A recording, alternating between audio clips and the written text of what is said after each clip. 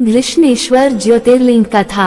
भारत के दक्षिण प्रदेश के देवगिरी पर्वत के निकट सुकर्मा नामक ब्राह्मण और उसकी पत्नी सुदेश निवास करते थे। दोनों ही भगवान शिव के परम भक्त थे, परंतु इनके कोई संतान न थी। इस कारण ये बहुत दुखी रहते थे, जिस कारण उनकी पत्नी उन्हें दूसरी शादी करने का आग्रह करती थी। अतः पत्नी के जोर देने सुकर्मा ने अपनी पत्नी की बहन घुष्मा के साथ विवाह कर लिया। घुष्मा भी शिव भगवान की अनन्य भक्त थी और भगवान शिव की कृपा से उसे एक पुत्र की प्राप्ति हुई।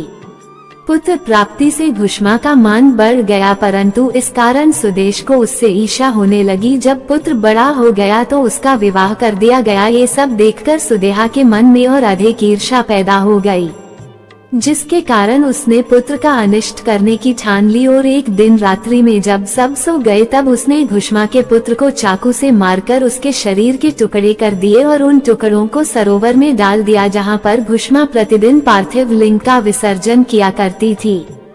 शव को तालाब में फेंककर वह आराम से घर में आकर सो गई।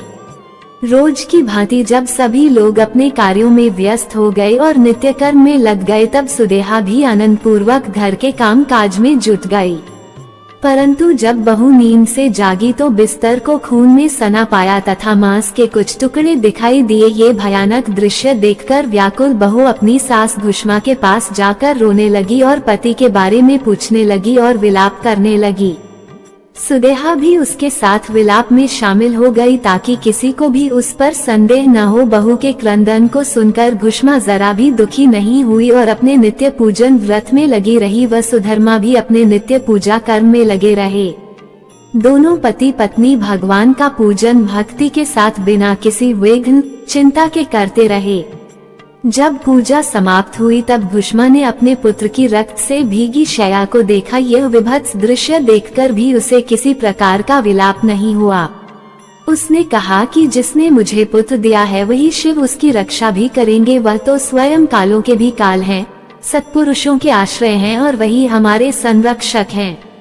अतः चिंता करने से न होगा। इस प्रकार के विचार कर उसने शिव भगवान को याद किया। धैर्य धारण कर शोक से मुक्त हो गईं और प्रतिदिन की तरह शिव मंत्र ओम नमः शिवाय का उच्चारण करती रही तथा पार्थिव लिंगों को लेकर सरोवर के तट पर गई। जब उसने पार्थिव लिंगों को तालाब में प्रवाहित किया तो उसका पुत्र सरोवर के किनारे खड़ा हुआ दिखाई पड़ा। अपने पुत्र को देखकर घुष्मा प्रसन्नता से भर गई। इतने में ही भगवान शिव उसके सामने प्रकट हो गए। भगवान शिव घुष्मा की भक्ति से बहुत प्रसन्न हुए और वरदान मांगने को कहा। भगवान ने कहा यदि वो चाहे तो वो उसकी बहन को त्रिशूल से मार डालें, परंतु घुष्मा ने श्रद्धा पूर्वक महेश्वर को प्रणाम करके कहा कि सुदेहा बड़ी बहन है, अतः आप उसकी रक्षा करें, उसे क्षमा करें। घुष्मा ने निवेदन किया कि मैं दुष्कर्म नहीं कर सकती और बुरा करने वाले की भी भलाई करना ही अच्छा माना जाता है। अतः भगवान शिव घुष्मा के भक्तिपूर्ण विचारों को सुनकर अत्यंत प्रसन्न हो उठे और कहा घुष्मा तुम कोई और वर मांग सकती हो। घुष्मा ने कहा हे महादेव, मुझे वर देना ही चाहते हैं तो लोगों की रक्षा और कल्याण के लिए आप यहीं सदा निवास करें। घुष्मा की प्रार्थना से प्रसन्न महेश्वर शिवजी ने उस स्थान पर सदैव वास करने का वरदान दिया तथा तालाब के समीप ज्योतिर्लिंग के रूप में वहां पर वास करने लगे और घुष्मेश्वर के नाम से प्रसिद्ध हुए। उस तालाब का नाम भी तब से शिवालय हो गया।